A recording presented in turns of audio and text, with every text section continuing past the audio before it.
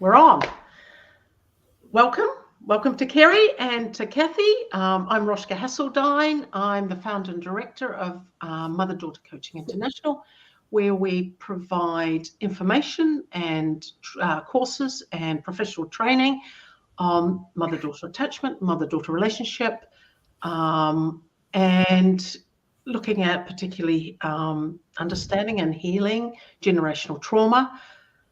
So today we're going to be talking about women in Ireland, which is a big topic. So I don't think we'll cover everything, obviously. Huge topic. But also I think we'll be talking about, because say the increasing estrangement between mothers and daughters, which is happening everywhere. So welcome to whoever's listening at the moment, or whoever will be listening to this once when it's posted. I think, again, I'm Rosjke Hasseldine. I'm author of Mother-Daughter Puzzles and The Silent Female Scream. And you can find out more about us at motherdaughtercoach.com. Kerry. Hi, I'm Kerry Castledine. I'm a certified life coach and a certified mother-daughter coach. I work with Rosjke as Director of Operations at Mother-Daughter Coaching International. And we're here today welcoming Cathy from Ireland. Hi, Cathy. Hi, Kerry. Hi, Rosjke. Lovely to see you again. Hi, I'm Cathy Green. I'm based in Belfast in Northern Ireland. I'm really interested to be involved in this conversation today. Great to have some questions and get people's perspectives of what they think of mothers in Ireland, women in Ireland, and maybe what changes they're seeing in their own country that might be similar to ours. So I'm really looking forward to the conversation and enjoying the chat. Okay. Mm-hmm. Cool. Mm-hmm. So let's kick this off. What is it? Yeah, Kerry, you had a good question. I did, yeah, Cathy. So what does it mean to be a woman or a mother in Ireland today? That's a big question, Kerry. It is a big question. It really is. In 5 questions, 5 sentences. Well, I suppose I'm very proud to be a mother and an Irish woman, it means a lot of things to a lot of people. I thought about this question before we come on, and I was thinking of all the virtues and the values and all the lovely things that an Irish mother brings, and to be a woman here. But there's also other sides to that. And there's a lot of, there's been a lot of generational trauma. You can't think of mothers or women in Ireland without thinking of Ireland's history. You can't think of, we have North and South with different opinions. And I think maybe today in Ireland, there's more of a choice for women, absolutely more of a choice. And I think women are really starting to make their own choices.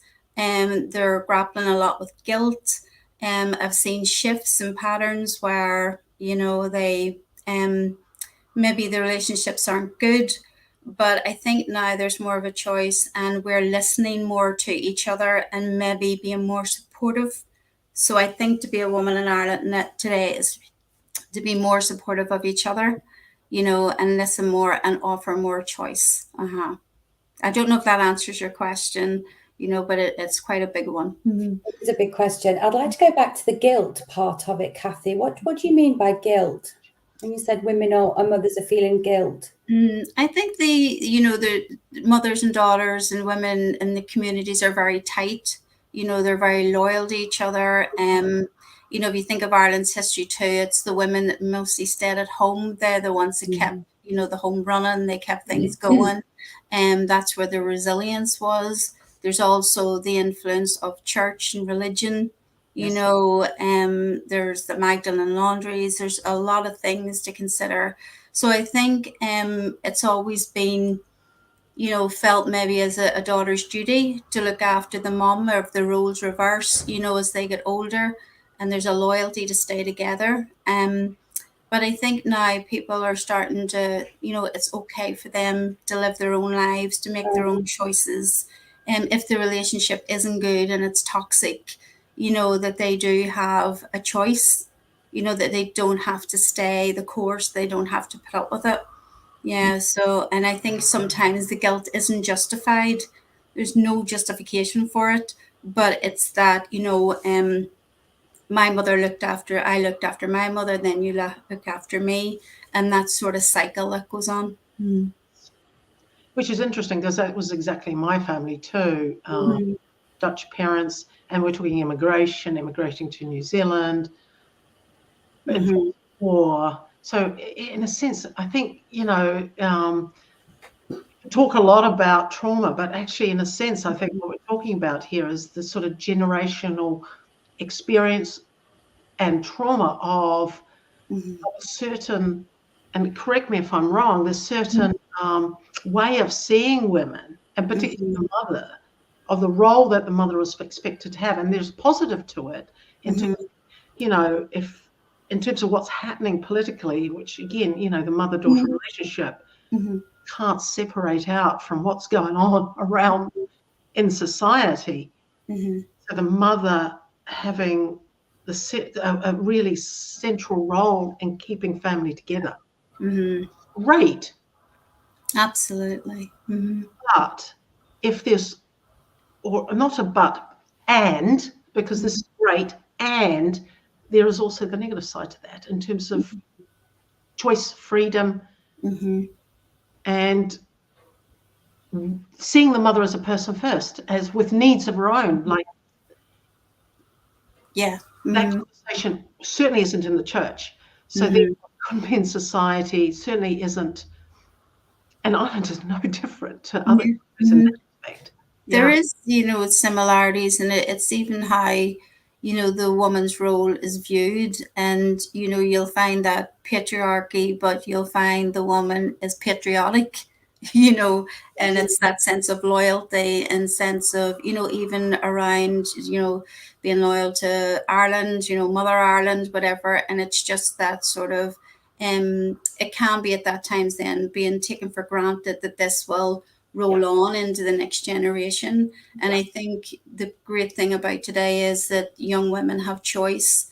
They do have some freedoms, they don't have to close the door so quickly to everything, but they can sit back and have, make some decisions and informed choices for themselves. Where, a lot of years ago, that wouldn't have been an option. It really wouldn't have been an option. Mm-hmm. So it's maybe those young women now that'll bring that generational change in Rosjke. Yeah. Mhm. And I think what we're seeing, and what was perhaps we're seeing, is that generational change is, and there's a struggle with it. In terms Mm, of the increased, and I think social media has certainly got its fingerprints all over this.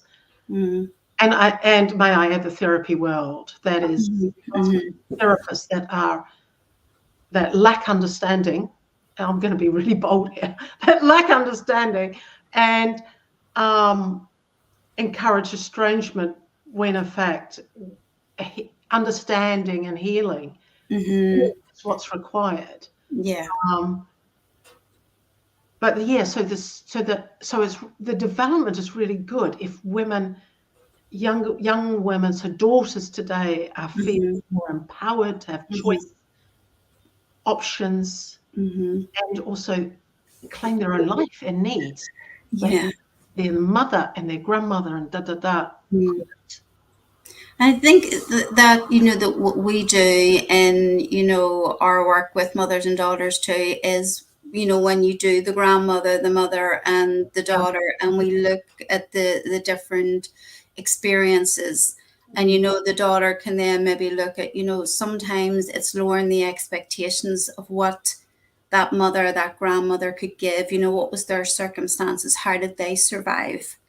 And it's maybe just let's stay with where the relationship is now and see what we can salvage from this. There's quite a knee-jerk reaction, I think, at the moment. And I'm not saying if if the relationship is toxic and it's Mm. narcissistic or whatever, but that knee-jerk reaction to close the door, and not just try and leave it open for a bit to see if anything can be resolved, and look at the relationship as it being in a different stage, you know. And I think that exercise, you know, that mother-daughter exercise we do is really, really useful, Yes. you know, Yeah. for giving them the perspective of how that would be for the generations before and how it helped them survive in different times. Mm-hmm. Yes. Mm-hmm. You're talking about the mother-daughter history mapping Yes. exercise. Yes. Yeah. I'm expecting everybody to know that. Sorry. We know it. Everybody else knows it, though. Yeah. Yeah. You're right. And I think that's what's missing in terms of within social media, and maybe also within the therapy world, the understanding of what it was, how a mother survived, how the mother survived, and the limitations. So that, in a sense, that is, to me, is generational trauma, and understanding what it was like for the mother to not to have all these expectations, whatever the expectation was on her, how she had to sacrifice herself, and had no, her needs were never met, all that.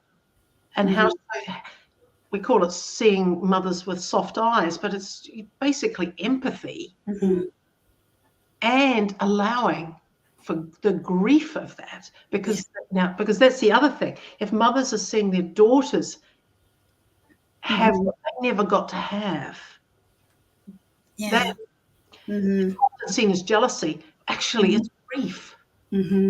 Yeah. So they're much bigger conversation. And it also helps, you know, the daughter at that point to, you know, be sort of, not that they're sitting in their 40s and 50s and 60s and still chasing something that maybe that person is just not capable of giving. You know, it's just, you know, and hugely disappointing, hugely, you know, hurtful. But maybe if you're in therapy or counseling, you're working, you could consider, well, maybe I need to work on different things. Yes. You know, because my mom can't give me that, or my granny can give me that, but, you know, I can give myself, you know, a different focus and a way that will help me move forward and live with it and come to some sort of acceptance and the grief, you know, around that loss. And that might actually help to ease the journey a bit. Because it's a very important role, you know. Vital. Yeah, what you're talking about is accepting the mum you've got. Yeah. And grieving the mum that you can't have, but you need. And knowing too, you know, I suppose, Rosjke, when it is abusive or when it is toxic or when it is narcissistic, that, you know what, I have done as much as I can do. And for my own self, you know, reliance or preservation or whatever, I need to step back here. But explore everything first before you just switch it off.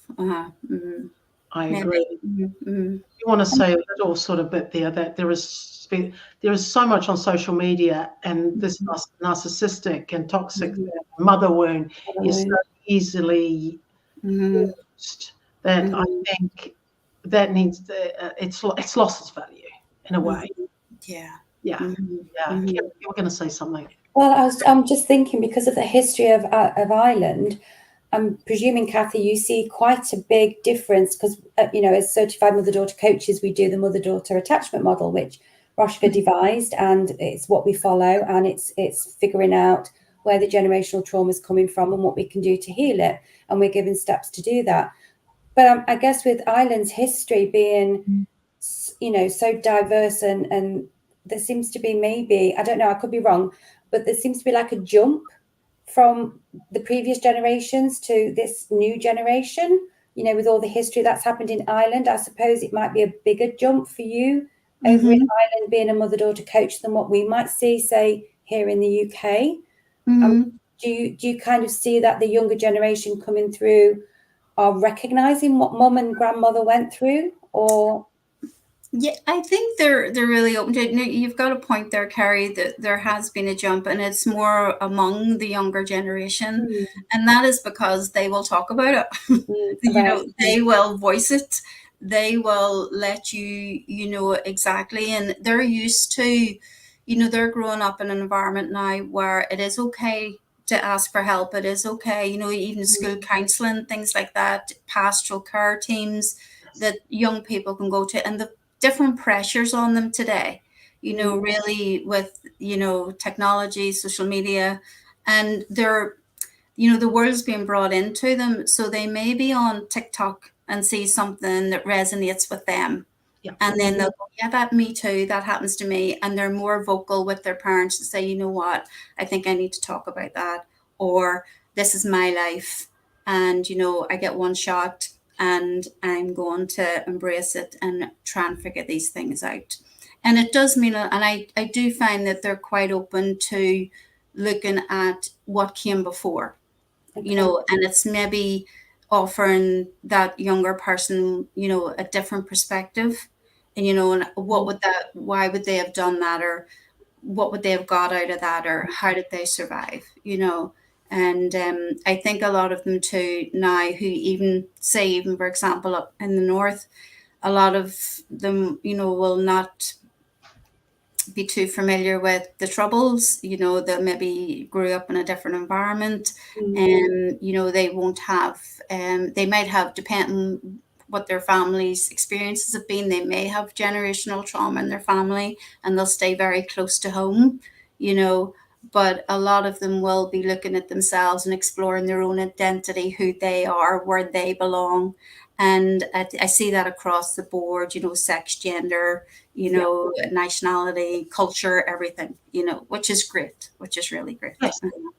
Yeah. Yeah. So this is a really good development. Yeah. Actually. Open up. Where in my generation, you wouldn't have said that because you would have been disloyal. So, or, you can't possibly, that old saying where, oh, you have to love them, it's your mother, there's this, or you have a duty. I think that was maybe more my generation. Well, it's your duty, but, anything I do around my own mother is a choice. It's not a duty, so I don't think younger people feel that as much. And it's probably just the environment and culture that they're growing up in now.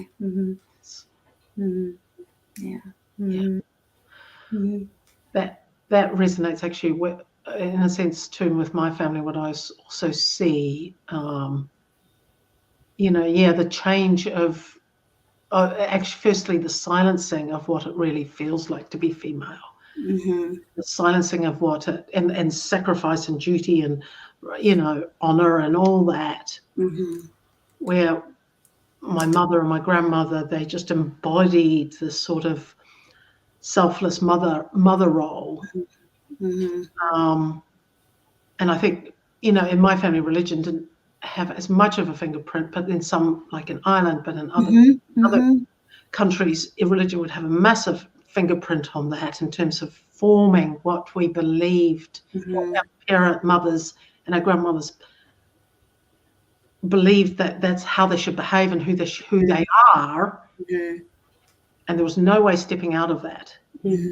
But now the younger generation can, and I think so. This is all great, and I think my purpose is that actually it will open up more of a conversation about the impact, the negative impact, the harmful impact of patriarchy and patriarchal religion, and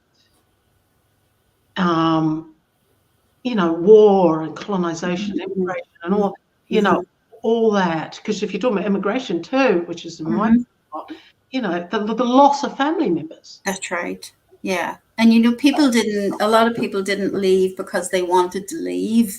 It was for that better life or financially, or, feed their families, so it was leaving a place, because, I don't know why anybody would leave Ireland, so it's, they left for reasons, and some people wanted a better adventure, and maybe it's too small, but, if you're going back a bit, they left for reasons and they had to leave their families. And usually then it was probably more women, or even at any other country, if the men are going off to war, it's the women together, grouped, keeping that. And there's always that sort of matriarch in the middle, that holds that group of women together. Yeah, but I think it's testament to maybe parents today as well, who are offering their daughters more choice, you know, especially too around religion as well. You know, that if they come to a certain age and they're allowed to question things, they're allowed to voice their opinions, you know, and it doesn't, you know, it still has an influence, but not as the way it was, not the way it was. Mm-hmm. Good. Yeah. Mm-hmm.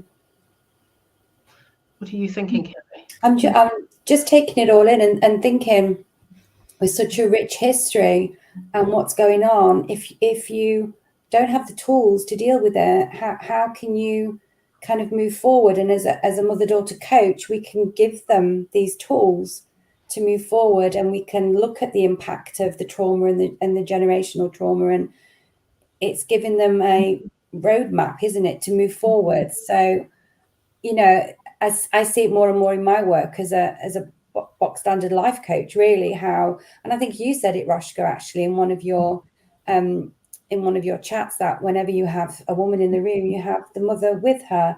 Yeah. And you know, there can't be a bigger thing than that in Ireland, can there, Cathy? If you've got a woman in the room, you've definitely got the mother and the grandmother with you, because the history is so connected and rich. It's just really interesting. Absolutely. You know, the feeling, it can be palpable.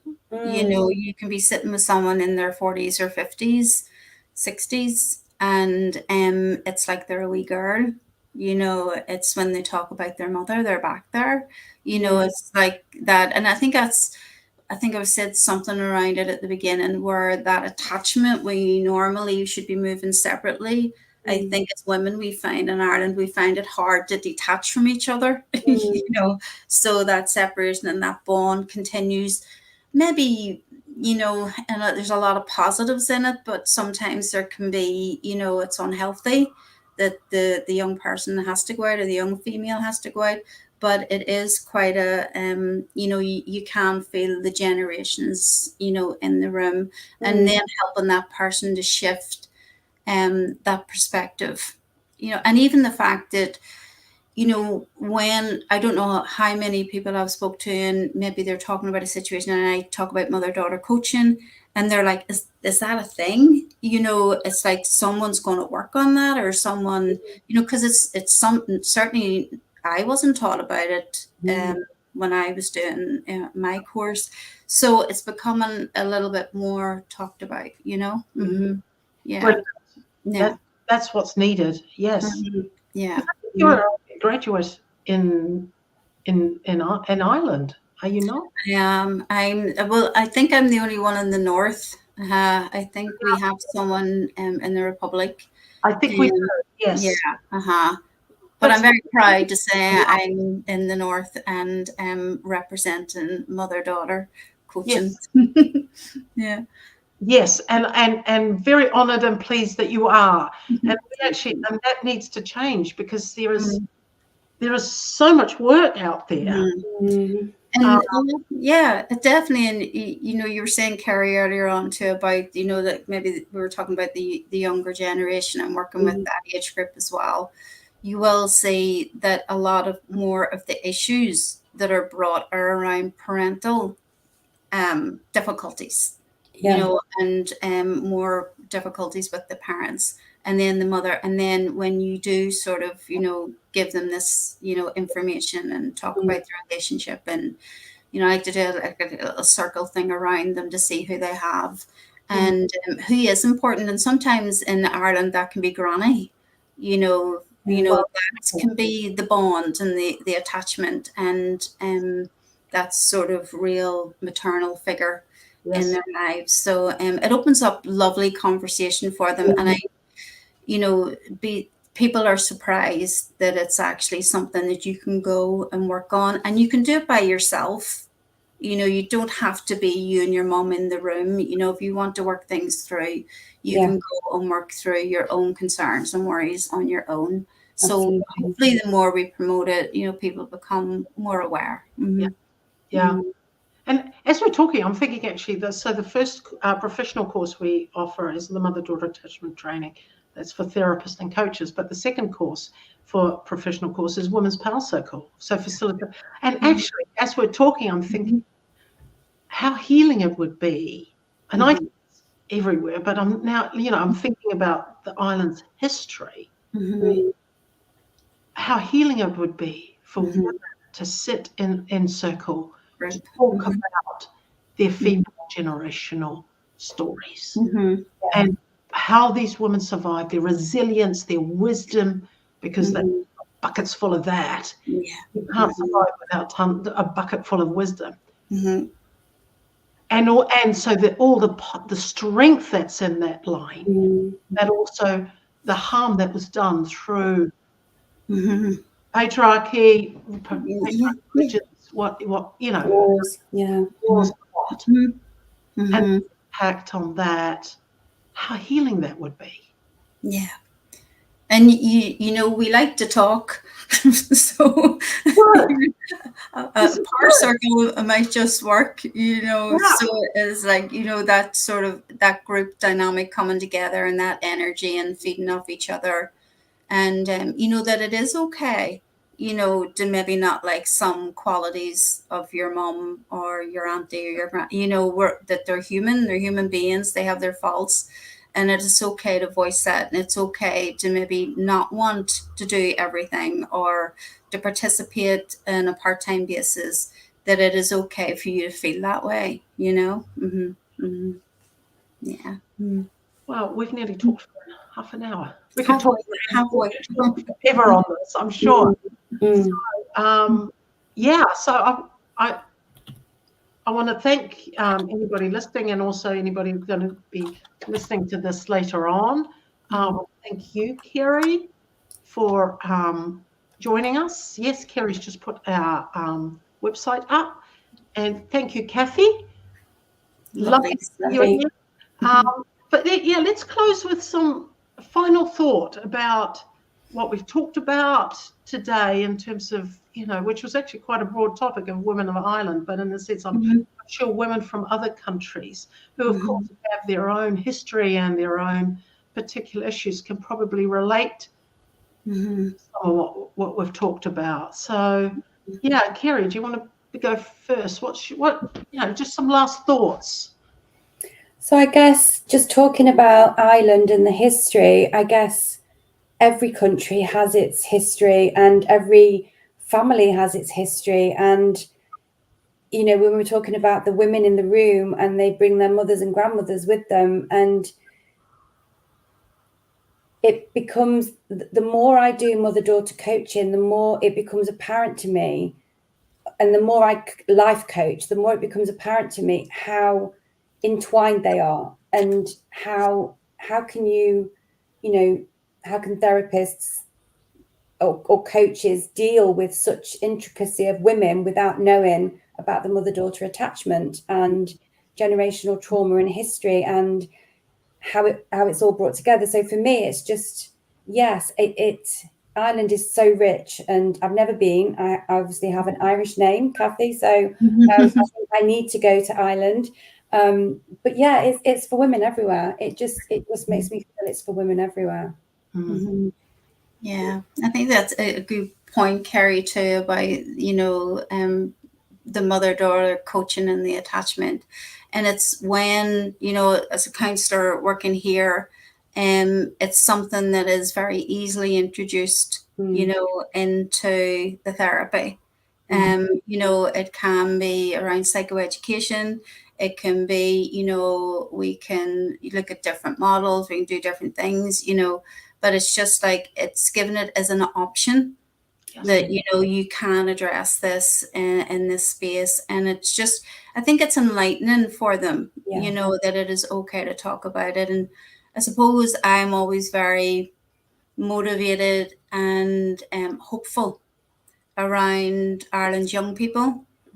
They are very inspirational. They, have their own path. They're asking questions, they're querying stuff, and they're making up their own minds. And I think that's I'm very hopeful for the shift in the generational change with the generation that's coming through, if that makes sense. No, that makes a lot of sense, actually. And I agree with you. I'm really buoyed up by the change hope is that the therapy world therapists will help young people like you, Cathy, navigate that change in a healing, understanding way, so that we really stop this increase of estrangements, which is in many cases. It has risen, and it's not to give that opinion, that, well, your mother sounds toxic or you should close the door or whatever.